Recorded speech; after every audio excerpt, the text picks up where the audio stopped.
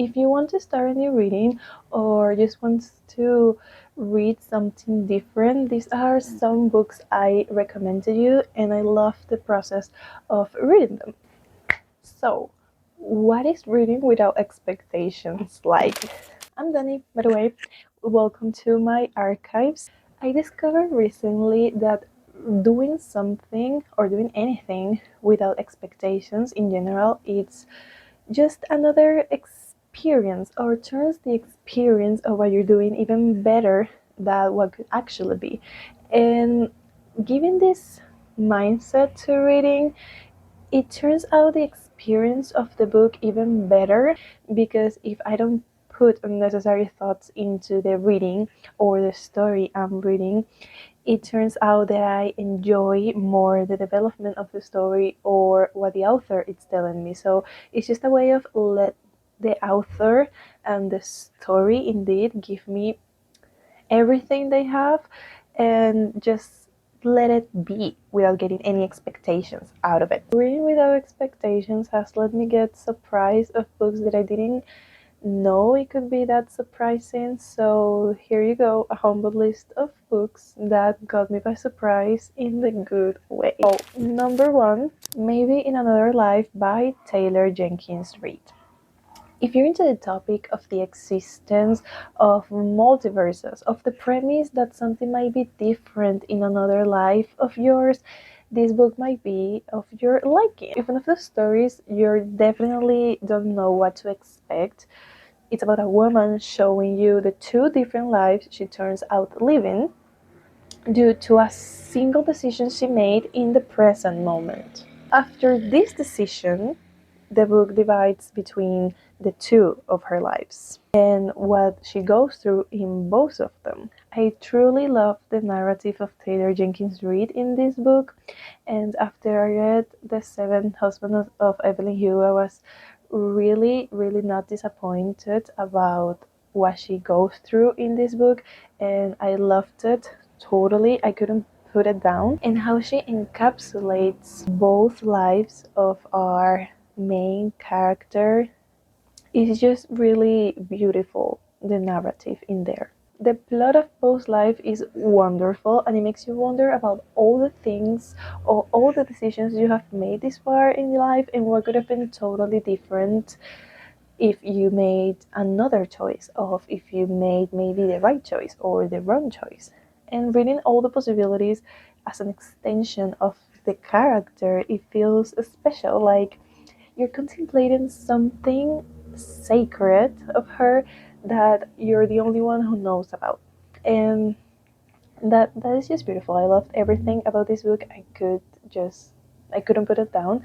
You just want to know what happens in both of the lives of the character, and you maybe tend to up to one of their lives. Maybe you get the first life is better than the second one, and so on. This will be my recommendation if you're interested in multiverses and if you're an indecisive person that wants to always make the right choice. So, number two, Howl's Moving Castle by Diane Wayne Jones. If you're a Studios Ghibli fan and love Whole Moving Castle movie and just can't get enough of the characters, then I highly suggest you to read the book by Diane Wayne Jones, which goes by the same name, and this is the book that inspired the making of the movie. So, a petite disclaimer here. There are a variety of differences between the book and Hayao Miyazaki's adaptation of all movies adaptations, I believe. However, don't let it stop you from reading the original story because it's just beautiful. If by any chance you haven't seen the movie, the plot of it and the book goes like this. A young woman called Sophie gets a spell from the Witch of the Waste, how people call her, and she turns her into an old lady. Sophie cannot say she's under a spell and she has to find a way to break it. And that's how she finds herself in Howl's Castle, a wizard known for his reputation of a playboy and an evil wizard. Now she gets involved in his affairs and occurrences while trying to break the spell and go back to normal. I was a bit afraid of the changes I'd seen in the book despite the film, but it got me by surprise and I loved it totally. It feels like a completely different story, but at the same time very similar. I don't know if that makes sense. And maybe I'll sound crazy if I say I love more the book than the movie. It just feels so different, but I think you get more of the characters and more about their occurrences and objectives in the book. Things that might not be that clear in the movie are way more explained in the book, and it's funny and wholesome, and you'll always need more of the characters no matter how much you read about them. Disclaimer here, do not really expect them to be the same as the movie, because it is not. Let it surprise you and enjoy the process of the characters and their way of being. So this is actually a pretty beautiful story. I loved it. A fun fact is that is the first book of the whole series. There's another two books that follow some stories where Sophie and Hole appear. But I think this book is just so wonderful. Number three, The Invisible Life of Addie LaRue by B.E. Schwab. This book has a special place in my heart. It swept me out of my reading slump years ago, and thanks to it, I started to read again and enjoy more beautiful books like this one. So it's about a woman in the thousand hundreds called Addie, who wants to travel and experience the world and have a wonderful life like all of us. But it's totally different from what she's expected to do in those years. So, to get what she wants, she ends up making a deal with the god of the night, who of course tricks her. He's like a demon or a devil, and now she's doomed to be forgotten by everyone who meets her. She spends 400 years like this after all of a sudden a man can remember her, and that changes everything as we know of the book, and of course surprises Addie. Now she is finding a way to discover why he remembers her, and of course she falls in love with him.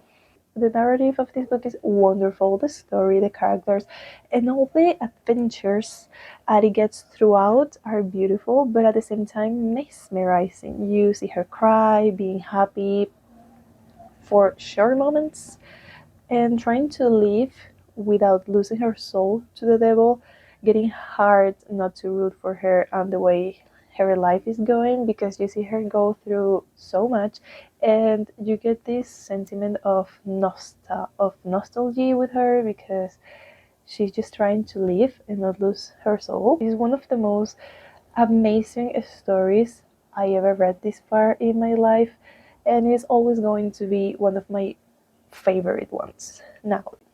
So this is a perfect recommendation for you if you're someone who's fond of fantasies and magic and story and a good vengeance.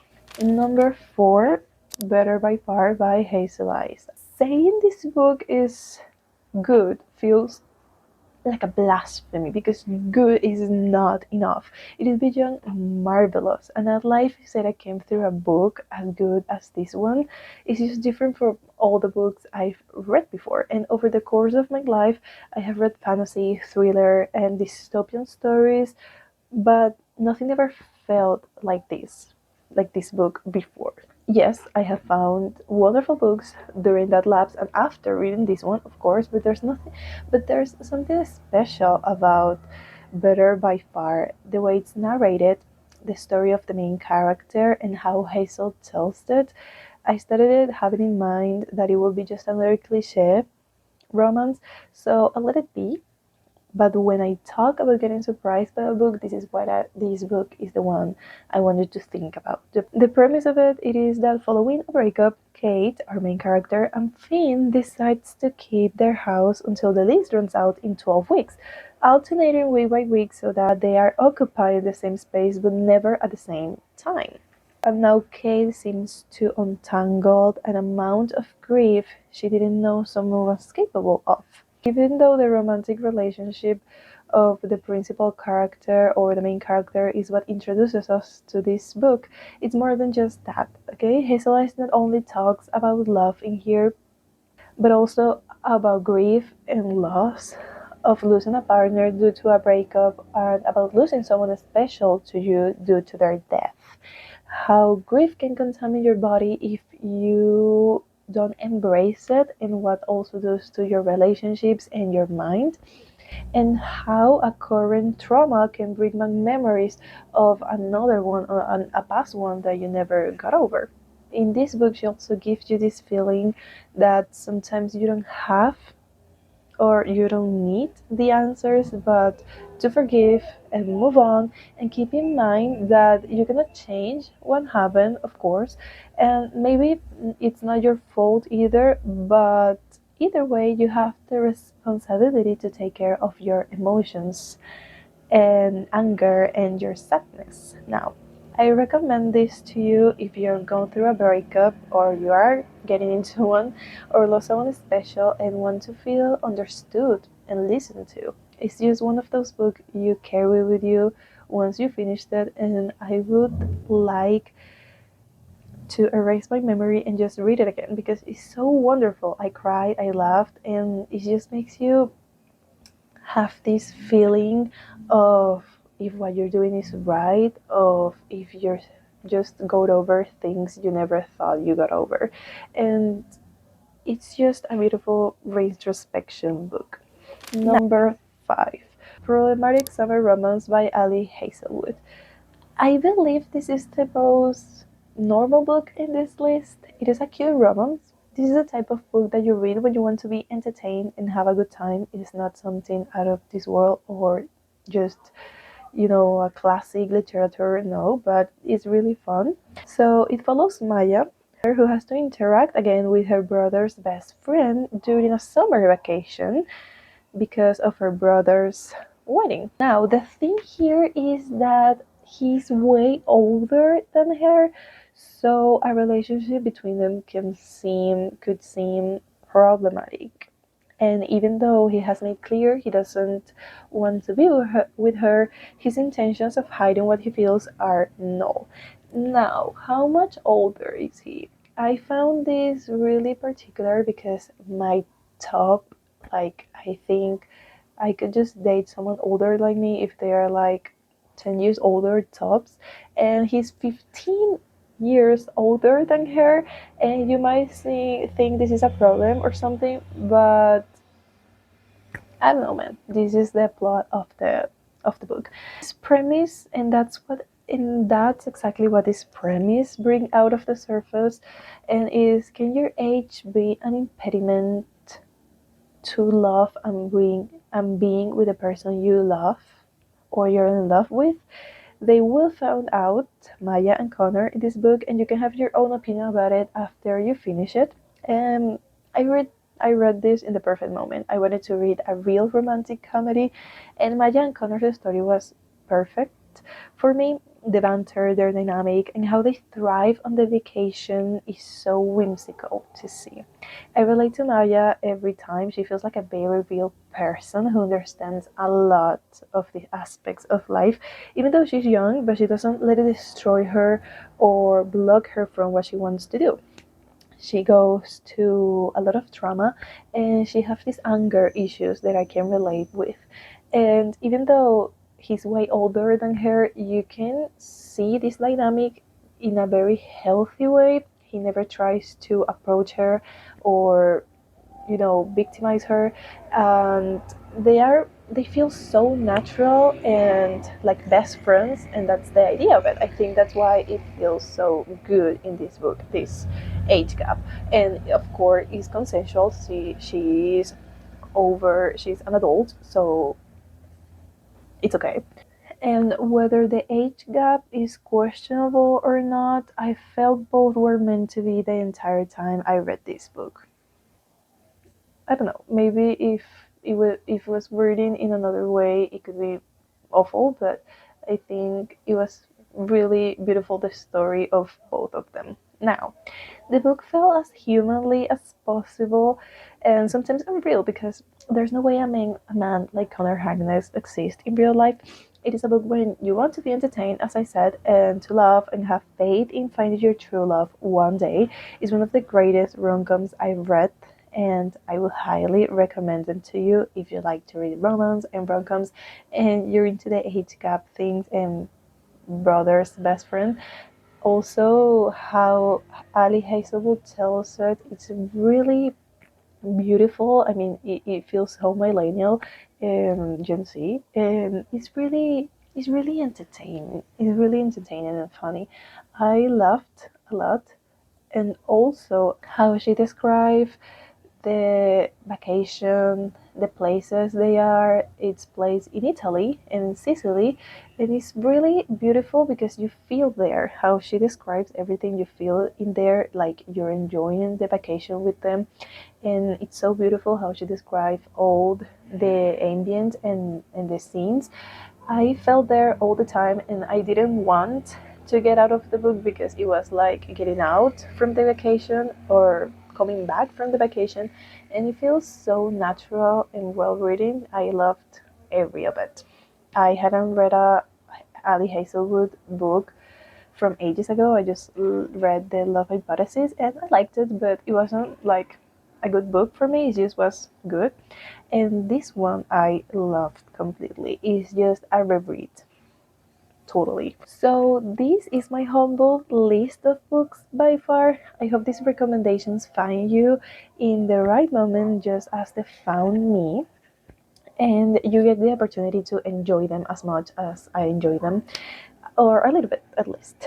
And I hope you can start reading without expectations and get surprised by books you didn't know that could surprise you. Thank you, and see you later when I open my archives again. Bye.